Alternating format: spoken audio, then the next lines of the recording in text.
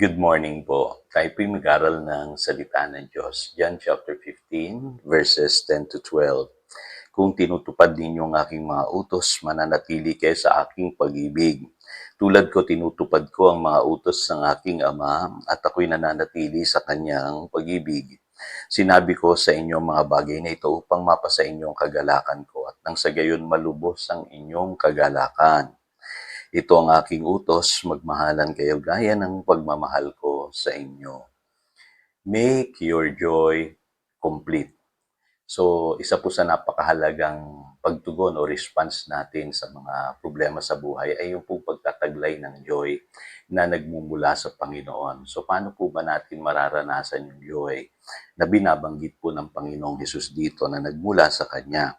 So, malinaw po ito po yung masusumpungan sa pamamagitan po ng pagsunod natin sa Kanyang mga utos at sa pamamagitan po ng pamumuhay ng may pag-ibig.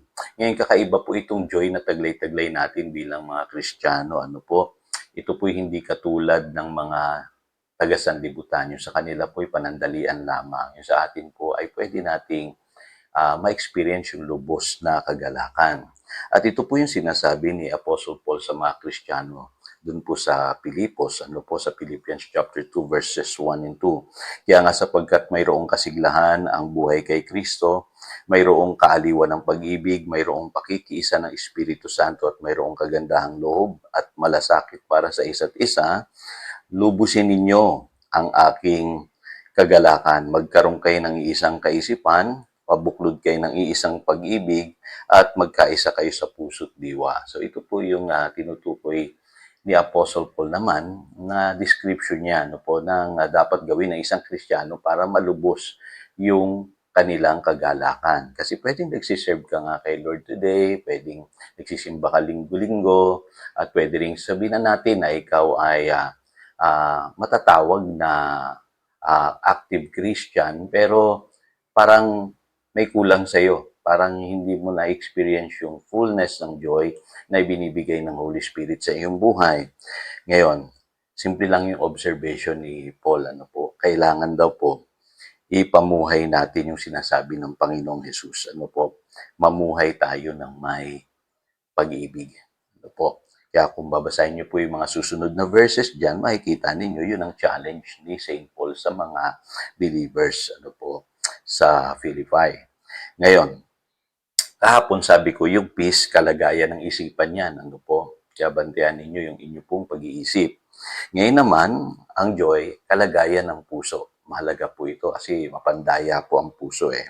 At malinaw po na binanggit kanina ng Panginoong Hesus doon sa John 15 verse 10 to 11, yung pong joy nanggagaling yan sa obedience and love. Kaya sabi niya, manatili kayo sa aking mga utos at sa aking pag-ibig.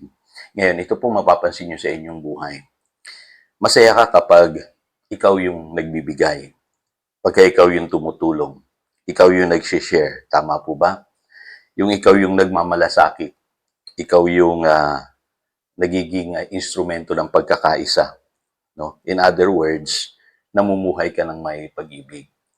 At mapapansin mo, malungkot ka naman kapag hindi mo nagagawa itong mga bagay na ito. Kasi sa Biblia, napakahalaga po na yung tinanggap natin ng libre, dapat din po ibigay natin. So in other words, huwag tayong maging makasarili. Yung tao po nga malungkutin sa buhay, yun po yung mga taong makasarili. Kasi akala nila liligaya sila sa pagiging selfish nila. Pero alam niyo po, ang masakit na katotohanan, mas lalo kang magiging malungkot sa buhay. Pero kung natututo ka na i-share yung buhay mo sa ibang tao at handa kang ibigay yung oras, time, talento mo para itulong mo sa iba, dun ka nagiging masaya. So, lagi niyo pong tatandaan yun At yung kasayahan na yon, yan ang magbibigay sa iyo ng inner strength. Yung sinasabi sa Nehemiah 8:10, that the joy of the Lord is my strength. Pansinin niyo po, pag kayo nagkakasakit, di ba tuwan-tuwa kayo na kayo yung center of attention ng maraming tao.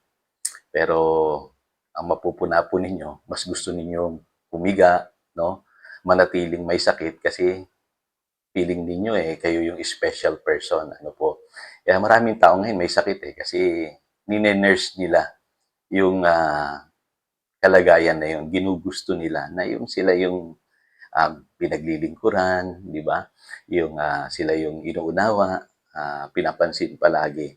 Pero ang problema, marami akong kilalang tao dahil ginusto nila yun, hindi na makabangon sa kanilang karamdaman. Pero kung ikaw, ano po, ito nakikita ko to sa mga maraming tao na gumaling eh. Naisip mo na may gagawin ka pa na mahalaga. Naisip mo na kailangan ka pa ng ibang tao. Kailangan mong magpalakas dahil meron ka pang misyon. Di ba yung katawan natin sumusunod, gumagaling. May mga kilala nga ako na stroke na eh. No? Pero naisip nila, kailangan pa ako ng aking pamilya, kailangan pa ako ng aking mga anak. Abay, gumaling, lumakas, naka-recover. So, nakikita po ninyo, yung kalagayan ng puso ang nagbago. Ano po, yung paligid mo, hindi agad magbabago yan. Pero pag nagbago yung pananaw mo sa buhay, yung po kalagayan ng iyong puso, naiisipin mo na kailangan ka pa ng ibang tao, kailangan mong maging malakas, pansinin niyo lumalakas kayo. At higit sa lahat, nagkakaroon kayo ng totoong joy dahil alam ninyo na ang buhay ninyo ay nagiging kagamit-gamit. Amen po ba? Ngayon, totoo po yun, no? Yung pagiging unselfish, no? Yung tao na unselfish, no? Sa kanyang ginagawa, lagi pong masaya yan, no? Kaya yung unselfish na magulang, no? Unselfish na anak, no? Unselfish na empleyado, no?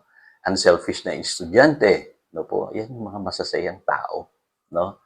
At hindi mo maaagaw yung kagalakan sa kanilang puso. Ngayon, ito lang po ulit yung tip ko. Ano po? Unang-una, be mission-minded. Sa buhay na ito, mahalaga may mission ka eh. Yung may maiko-contribute ka ba sa buhay ng ibang tao? Huwag mong iisipin kung ano yung makukuha mo. Ang iisipin mo, kung ano yung maitutulong mo. So, maaaring iba-iba tayo ng mission. Si Pastor nangangaral online. Kayo baka may mga bagay kayo na nakikita niyo yung pinagagawa sa inyo ng Panginoon na makakatulong sa ibang tao. Number 2, begin with your family. Unahin niyo yung pamilya ninyo. Paglingkuran niyo ang isa't isa, magkasundo kayo, magkaisa kayo, magtulungan kayo, alisin yung pag-aaway, galit, tampuhan. Pagka nagawa niyo po yan, no, malulubos ang inyong kagalakan. Then, kung i-apply natin yan sa church, magkakatotoo yung sinasabi ni Apostle Paul sa Philippians chapter 2, verses 1 and 2. No po? And then, pwede nating i-apply yan sa ating neighborhood. Ano po? Pangatlo, be the initiator. Ikaw lagi yung magsimula. Masaya yung palagi ikaw ang nauuna. Nauuna ang umunawa, magpatawad, magbigay, magmahal. Nandoon yung kagalakan eh. Yung ikaw lagi yung nauuna. Ano po, lalo na sa pamilya, sa buhay mag-asawa, sa church, gawin po ninyo yan na kayo lagi yung nauuna. Maging instrumento kayo ng pag-ibig at kapayapaan. At higit sa lahat, kung gusto natin maging katulad si Kristo, ano po yun sinasabi ng Philippians chapter 2, verse 5, i-practice talaga natin yung true humility at yung pong tinatawag na pagiging unselfish. Isipin mo lagi yung kalagayan ng iba. So, pag nagawa natin yan, katulad ng Panginoong Hesus, magagawa natin yung mission natin sa mundong ito. So, tayo po'y manalangin. Dakilang Diyos, salamat sa mga katotohanan ito. Muli, tinuruan mo kami kung paano magkakaroon itong tunay na joy, yung lubos na kagalakan na ipinangako mo. Dahil sa mundong ito, panandalian lamang ang kaligayahang ino-offer ng sanlibutan. Ayaw namin nun, Lord. Ang gusto namin yung joy na kumpleto, lubos na kagalakan sa aming puso. At salamat, masusumpungan namin ito sa pamamagitan ng pagsunod at ng pag-ibig. Pamumuhay ng may pagmamahal sa iyo at pagmamahal sa aming kapwa. Salamat po. Yan ang aming panalangin. In Jesus' name. Amen. Again, ito si Pastor Jojo nagpapaalala upang daluyan tayo ng pagpapala, manatili tayo sa kanyang salita. Good morning.